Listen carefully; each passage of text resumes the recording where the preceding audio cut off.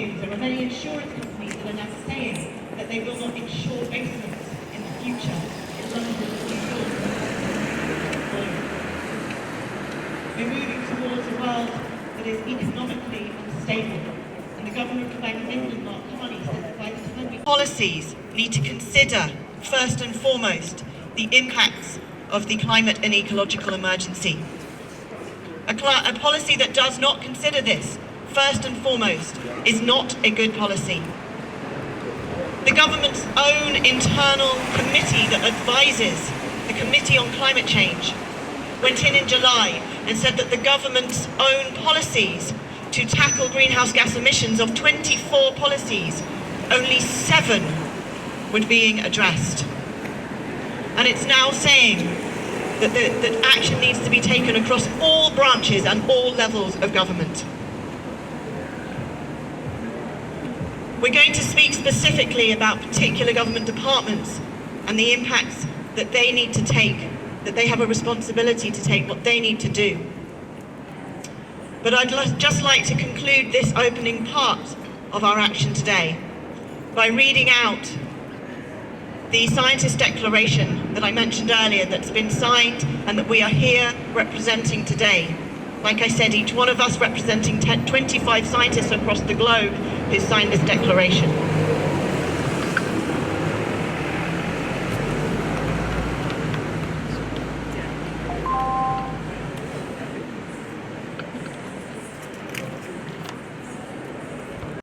Actually, I want to say one more thing. Because I want to acknowledge that I'm finding this really hard. I'm really struggling to remember all the facts and figures that I've crammed into my brain over the last 6 months. I'm finding it really hard to work out which things to say of all the millions of horrors that I feel an obligation, a duty, a responsibility to address by speaking here today. Because I want to say that even if we meet the Paris Agreement, even if we get to net zero by 2050 globally, which by the way really means we have to get there much sooner here in the UK. That's what's not spoken about. Even if we get there, right now there is no way that we're getting there. And even if we got there, it would require a massive overshoot and carbon sucked in by technologies that do not yet exist. Even if we did all that, even if we kept warming to 1.5 degrees, even if there would still be catastrophic impacts, and there already is. But even if we get to carbon zero by 2050, which is the target to stay within 1.5, the thing that is currently keeping me awake at night, the thing that is currently making me think, well, what's the even point us aiming for that, is even that only gives us a 50% chance of keeping below 1.5. Getting to carbon zero by 2050, which that in itself is not where we're on target to get to by any stretch of the imagination, even though we've been promised by governments across the globe. That gives us 50% chance of success. Someone said to me last night that that is like playing Russian roulette with a gun with 3 bullets in it. What are we doing? So I just want to acknowledge that there's a lot more facts and figures that I just can't access right now, because since I've been researching and looking into this crisis, I'm a science communicator. I've dedicated my life to speaking truth, to explaining science, and to helping people understand the world. But I will be the first to admit that 8 months ago, I knew very little about the climate and ecological crisis. Why? Because most general people in the general public don't. Because it hasn't been spoken about, it hasn't been reported on, it hasn't been acted upon. So even myself, as a scientist with a PhD in biology, with somebody who knows most of what's going on in the world, I did not know. And I spent the last 8 months since I came to the rebellion in April to support my partner who was drumming in the samba band. I came as a spectator, and I came along and I said, come on, this can't be true. It can't be as bad as all that. This can't be real, because I would know. Not that I'm anyone special, but I, as a relatively intelligent member of the public who knows stuff about science and who knows stuff about the world would know if it was really this bad. I would know because the media would be telling me, because the government would be acting in proportion, and because everybody would be out on the streets marching. This cannot be true. So I spent the last 8 months completely immersed in climate science, in ecological science, reading every single newspaper article that I could find, reading every single primary source, because that's what scientists do. We go back to the original data. We look at peer-reviewed articles, peer-reviewed journals. We speak to climate scientists, and we make sure that what's being reported on is the truth. And it wasn't being reported on. But I went back because I needed to convince myself, because I was the one saying to people, come on, you're exaggerating. Come on, it can't be this big. But I can honestly say that since that day, I've not had one good night's sleep. And that's why I'm standing here after 8 months of this, struggling to put into words the facts and the figures enough to try and get people to take notice. Thank you.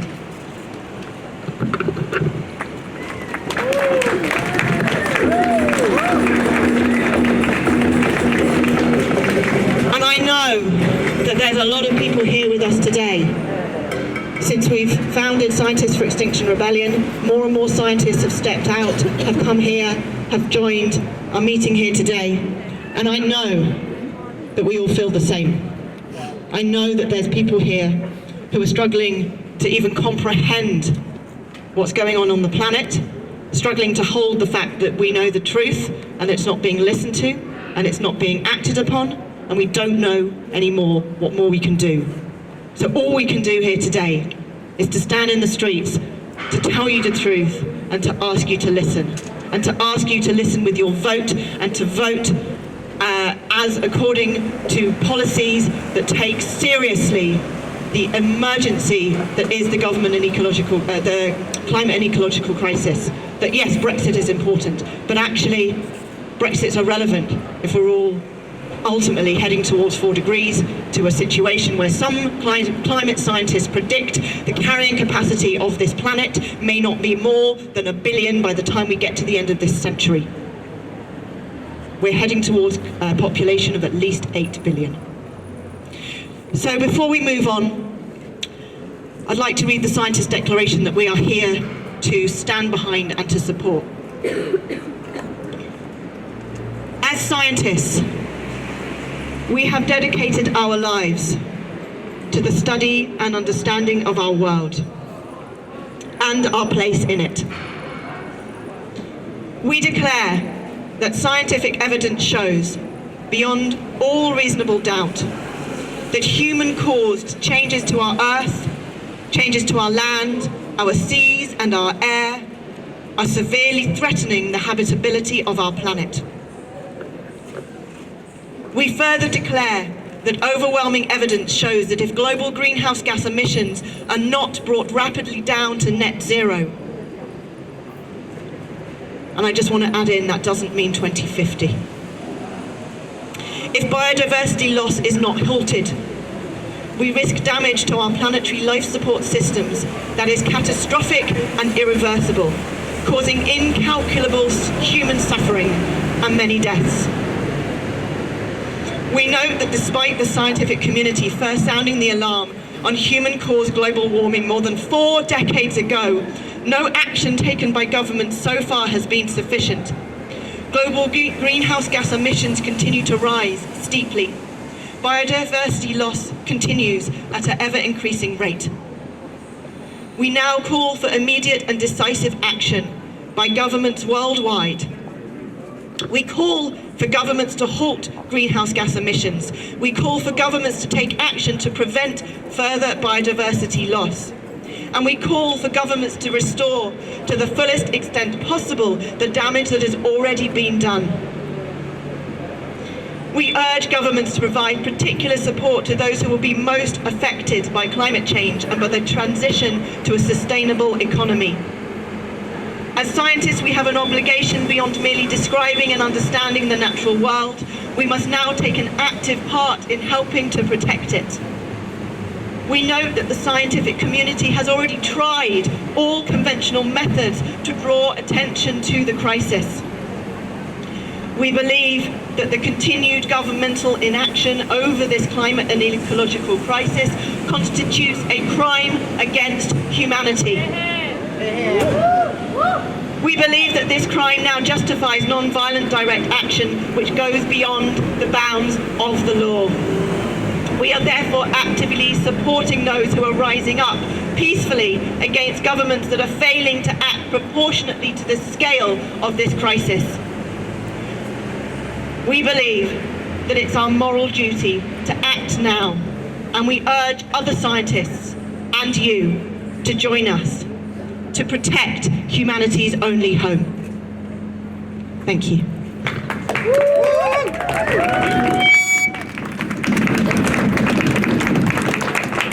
Thank you very, very much, Emily. So, have we got our letter? We have. Who helpfully took my notes? Thank you. So we're going to have a very quick speech just about the letter. We're going to deliver.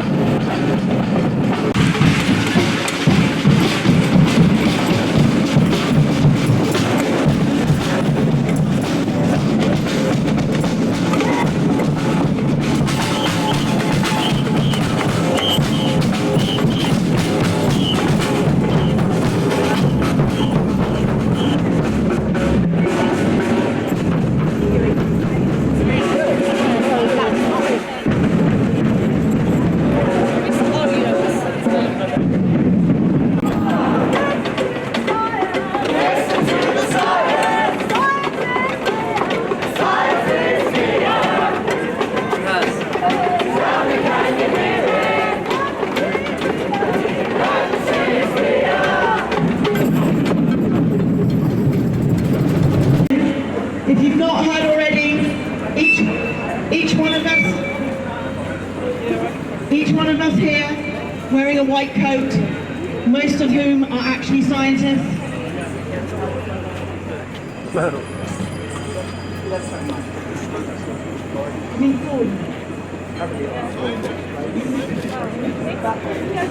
A few supporters with us as well. But the important point to acknowledge, to recognise, is declaration in support of non-violent direct action against government inaction around the climate and ecological emergency. We are here to tell the truth about just how serious this emergency is, and to highlight that even scientists who normally would stay in their labs, in their research institutions, and think it's enough to simply tell the truth, even scientists are now taking to the streets to say, actually, we are not being listened to, appropriate action is not being taken, so we are forced to come out, to strike, to take civil disobedience, to force the government to take notice. We're here specifically in the run-up to the general election to demand that politicians from across the political spectrum listen to the science and take actions appropriate and proportionate to the science that is telling us that it is now unequivocal that human-caused action has caused catastrophic changes to our planet that will cause incalculable suffering and devastation if we do not act now and act radically. We are moving towards irreversible changes to our planet. We are moving towards tipping points.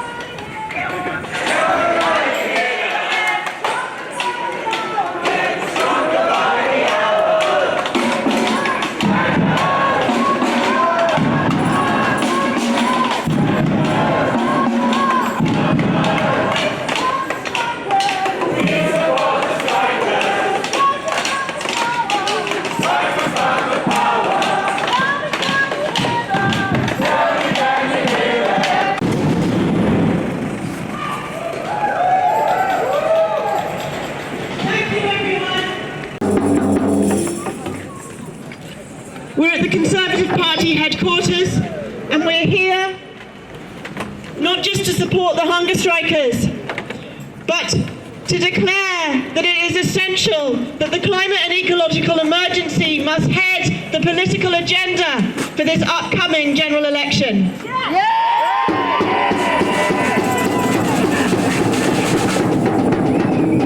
We demand that politicians across all parties listen to the science and listen to the scientists who are saying that the climate and ecological emergency is the greatest threat that humanity has ever faced.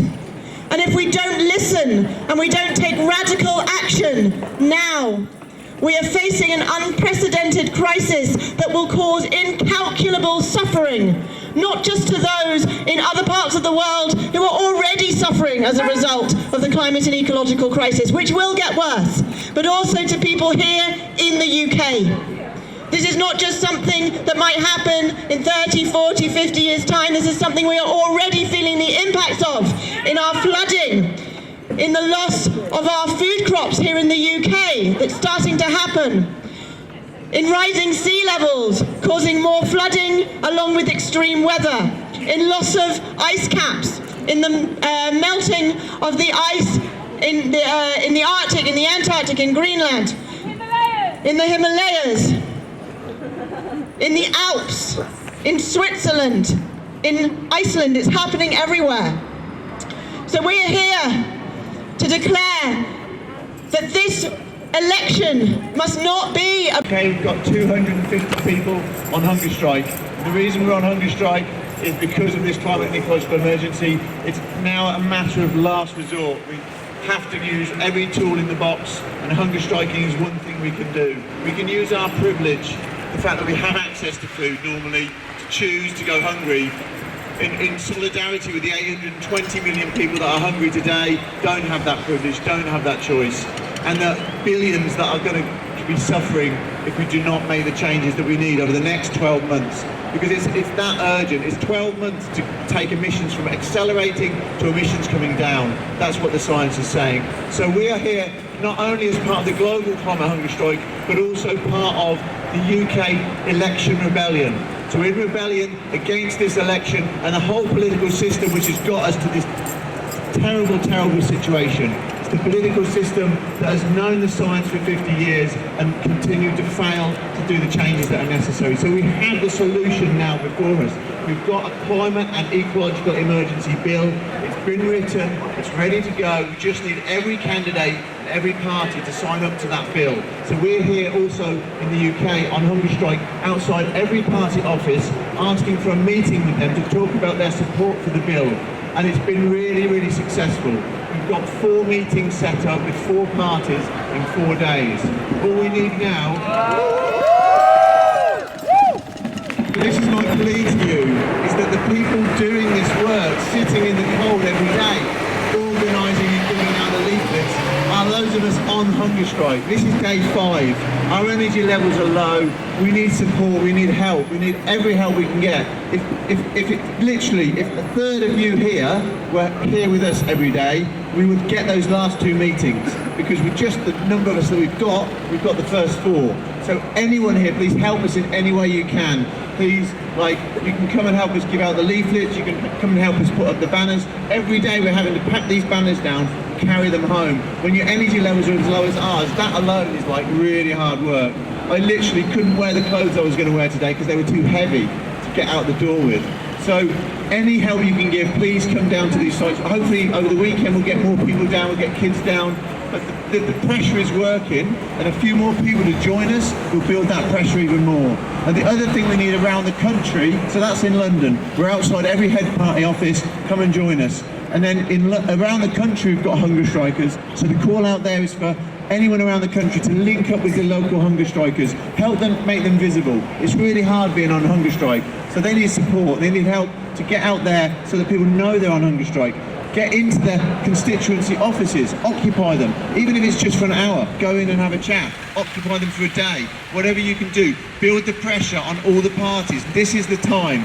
Even though the Lib Dems have agreed that we've met with, for example, with the Lib Dems where we are now, to her great credit, Sal Brinton came down and met with us the other day. We had a great chat, and she agreed personally to commit to the Citizens' Assembly on the climate and ecological emergency that they propose in their manifesto, that it will have mandatory power, and that is a massive win. And she also committed to setting up a meeting with Ed Davey, the deputy leader. And so we're still here outside, and I'm still on hunger strike until we get that meeting with Ed Davey, and hopefully with the policy manager, so we can talk about their support for the bill. And so it's really working, and we just need your support. So come on, let's build that pressure. Literally another week of this, and we'll be there. Thank you. Yeah.